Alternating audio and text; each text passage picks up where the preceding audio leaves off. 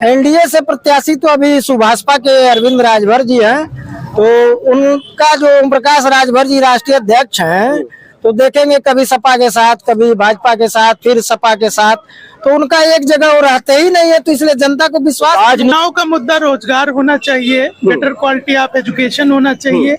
ऐसा नहीं होना चाहिए कि हम बेटर एजुकेशन के लिए दूसरे राज्यों में पलायन करें। हाँ, घोसी में चांस कम है। क्यों कम है? प्रत्याशी यहाँ का अच्छा नहीं है। भाजपा से जो प्रत्याशी संभावना है कि अरविंद राजभर जो है यहाँ से प्रत्याशी होंगे। हाँ, प्रत्याशी बाहरी है, यहाँ का कोई भी प्रत्याशी नहीं है। आपका आदमी पार्टी में नहीं है, उसका सीबीआई ईडी पहुंच जाती है, अगले दिन वो ज्वाइन कर लेता है भाजपा में, भाजपा उसको गारंटी देती है, उसके बाद उसका सारा केस खत्म हो जाता है। नमस्कार, भारत टीवी न्यूज की खास पेशकश कौन बनेगा प्रधानमंत्री देख रहे हैं आप सभी का बहुत बहुत स्वागत। आपके साथ में इमरान। बता दें कि भारत टीवी न्यूज लगातार 2024 के लोकसभा चुनाव को लेकर के तमाम तस्वीरें दिखा रहा है। जनता जो है 2024 के लोकसभा चुनाव को लेकर के क्या सोच रही है, जनता के क्या मुद्दे हैं, देश और प्रदेश की जनता इस बार क्या करने जा रही है, क्या एक बार फिर से मोदी मैजिक जो है वो काम आने वाला है, या राहुल गांधी जो है लगातार जिस तरह से भारत जोड़ो न्याय यात्रा और भारत जोड़ो यात्रा कर रहे हैं उसका कोई कमाल दिखा पाएंगे। बता दें कि ये पूर्वांचल है और पूर्वांचल की घोसी लोकसभा है। घोसी लोकसभा से 2019 में सपा बसपा के गठबंधन से अतुल राय सांसद चुनेगा, उसके बाद से अतुल राय अभी जेल में है। बता दें समाजवादी पार्टी की तरफ से समाजवादी पार्टी राष्ट्रीय प्रवक्ता राजीव राय को अपना उम्मीदवार बनाया है। ऐसे में संभावना है कि भारतीय जनता पार्टी एनडीए की तरफ से ओम प्रकाश राजभर के बेटे अरविंद राजभर घोसी लोकसभा से एनडीए अलायंस की तरफ से प्रत्याशी हो सकते हैं। ये चाय की दुकान है, राजनीति में चाय का जो है खासा महत्व है। कहा जाता है कि देश के प्रधानमंत्री नरेंद्र मोदी अपने बचपन के दिनों में जो है गुजरात के बड़नगर रेलवे स्टेशन पर चाय बेचा करते थे। ऐसी तमाम चर्चा है। ये तमाम लोग हैं जो चाय पी रहे हैं, इनसे सीधे बातचीत करेंगे। क्या नाम है भाई साहब आपका? आशीष सिंह। आशीष जी, क्या है माहौल घोसी में?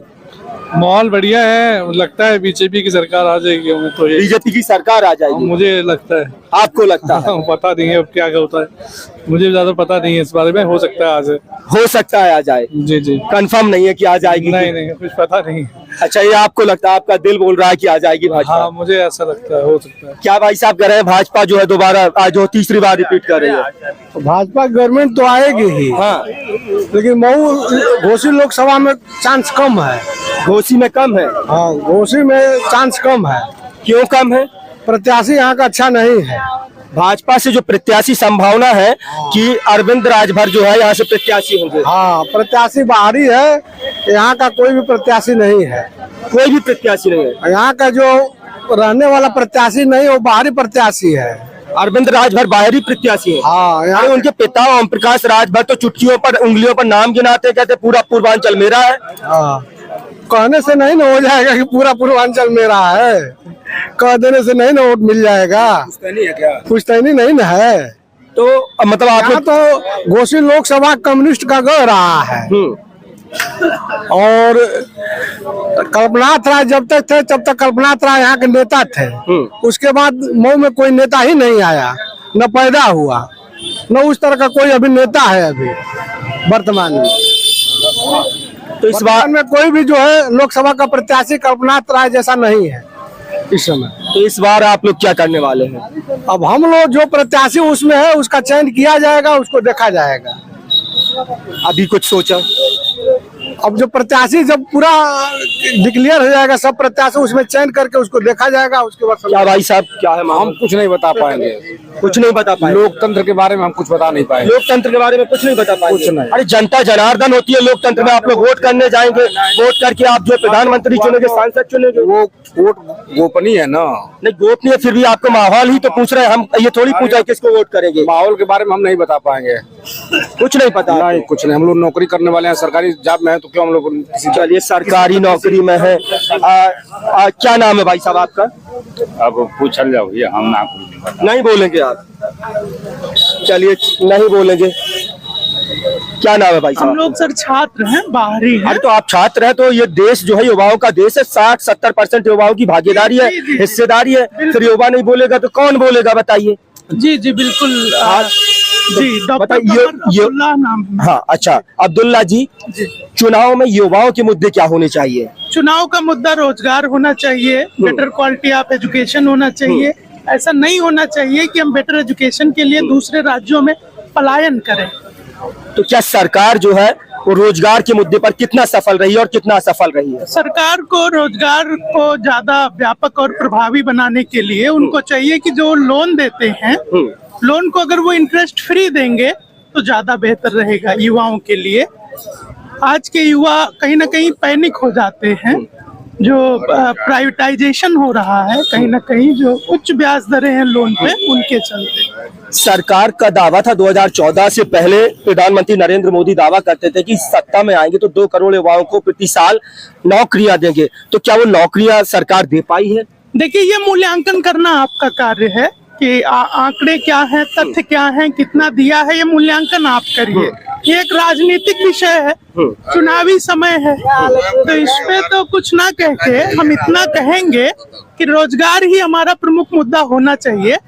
भारत में हमेशा से एक ना एक दिन रोटी, कपड़ा और मकान, धरती की सृष्टि से लेकर प्रलय तक यही मुख्य मुद्दे थे मनुष्यों के, यही हमेशा रहेंगे, चाहे वो किसी भी जाति का हो, किसी भी धर्म का हो।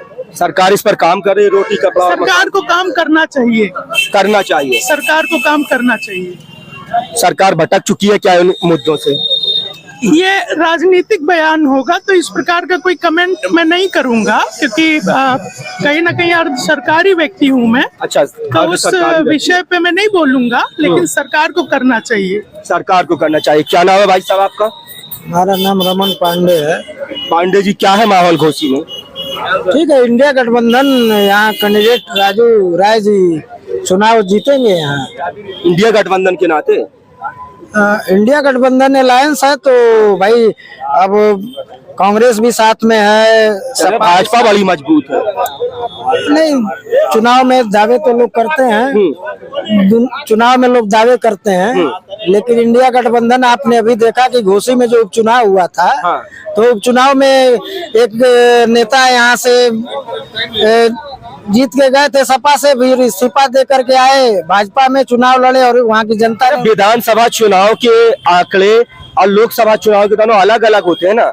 विधानसभा चुनाव में कई जगह जो है अलग पार्टियां जीत जाती है, लोकसभा चुनाव में अलग पार्टियां चुनाव जीत जाती है। नहीं, जो यहाँ एनडीए के गठबंधन के प्रत्याशी अगर उनका देखेंगे तो एक जगह स्थायी कहीं नहीं रहे हैं, कभी सपा के साथ, कभी भाजपा के साथ। एनडीए से प्रत्याशी तो अभी सुभाषपा के अरविंद राजभर जी हैं, तो उनका जो ओम प्रकाश राजभर जी राष्ट्रीय अध्यक्ष हैं, तो देखेंगे कभी सपा के साथ, कभी भाजपा के साथ, फिर सपा के साथ, तो उनका एक जगह वो रहते ही नहीं है, तो इसलिए जनता को विश्वास। राजनीति तो संभावनाओं का, महत्वाकांक्षा का खेल है। राजनीति में तो चलता रहता है, कोई आता है, कोई जाता है, ये तो लगा रहता है। कौन सा नेता नहीं दल बदलता है? कोई एक नेता का नाम बताइए। भाई साहब, राजनीति विज्ञान कहा जाता है, और विज्ञान के मौसम वैज्ञानिक है वो, उनको पता है किसकी सरकार आ रही है, चले जाते हैं। विज्ञान के सिद्धांत होते हैं, विज्ञान के सिद्धांत होते हैं, विचारों की राजनीतिक आइडियोलॉजी पे होती है। हाँ, सिद्धांतों की राजनीति की बात, सिद्धांतों की राजनीति, तो सिद्धांतों की राजनीति पे ओम प्रकाश खड़े नहीं उतरते हैं। नहीं, वो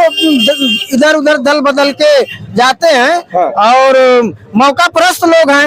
और जो इंडिया का प्रत्याशी है, देखिए राजू राय जी पहले भी चुनाव लड़ चुके, लेकिन उस हारने के बावजूद भी जनता के बीच में वो बने रहे, लगातार बने रहे, सुख दुख में जाते रहे। और जहाँ तक एक बात बता दूं आपको, यह जो चुनाव है देश के संविधान और लोकतंत्र को बचाने का चुनाव है। ऐसा क्यों लगता है भाई साहब कि लोकतंत्र और संविधान खतरे में? कह रहे हैं देश का लोकतंत्र और संविधान बचाने का चुनाव है। जैसा वो कह रहे हैं, आप देख ही रहे हैं कि जहाँ पे आपका आदमी पार्टी में नहीं है, उसके सीबीआई ईडी पहुंच जाती है, अगले दिन वो ज्वाइन कर लेता है भाजपा में, भाजपा उसको गारंटी देती है, और उसके बाद उसका सारा केस खत्म हो जाता है।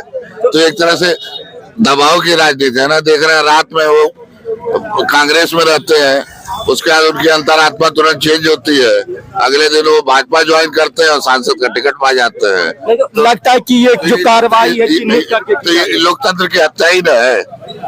आपने देखा ही होगा, अभी चुनाव हुआ चंडीगढ़ में मेयर का, है वहाँ पे सामने वो वोट जो है रहते हुए 8 वोट इनवैलिड करके जिता दिया उसने।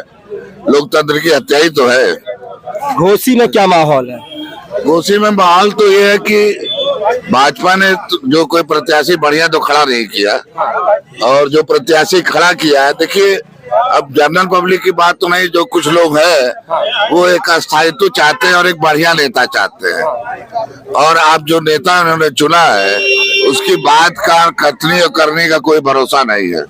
लगातार बता दें कि एनडीए की तरफ से जिस प्रत्याशी के नाम का ऐलान चल रहा है, उस प्रत्याशी को लेकर के लोग जो है काफी नाराज दिखाई दे रहे हैं। क्या नाम है भाई साहब? राजा मिश्रा। मिश्रा जी, क्या है घोसी लोकसभा का माहौल? माहौल तो वही बीजेपी की लड़ाई है, अब जिससे भी हो जाए। भाजपा की लड़ाई है, चाहे बसपा से हो चाहे सपा से हो। हाँ, भाजपा अलायंस लड़ रहा है वहाँ पर। भाजपा अलायंस, मतलब लड़ाई जिसकी भी होगी वो भाजपा से होगी। हाँ, भाजपा से लड़ाई। अब भाजपा की प्रत्याशी का बहुत विरोध हो रहा है। ओम प्रकाश राजभर। हाँ, ओम प्रकाश राजभर के बेटे अरविंद राजभर का। देखिए, विरोध होना दूसरी बात है, लेकिन जातीय समीकरण पे वोट पड़ते हैं, और बीजेपी के को लेकर के लोगों का थोड़ा रुझान है ज्यादा इस समय। अब बाकी जातीय समीकरण आप जानते हैं पूर्वांचल में हावी रहता है। अच्छा, तो वोट तो उसी बेस पे पड़ेगा, वोटिंग उसी बेस पे होगी। तो जातीय समीकरण के हिसाब से कौन मजबूत दिखाई दे रहा है? और बीजेपी अलायंस, जो भारतीय समाज पार्टी, जो वो क्या कहते हैं उनको, ओम प्रकाश राजभर, वही उन्हीं की लड़ाई, चाहे जिससे हो, चाहे सपा से हो, चाहे बहुजन समाज पार्टी से हो। चलिए।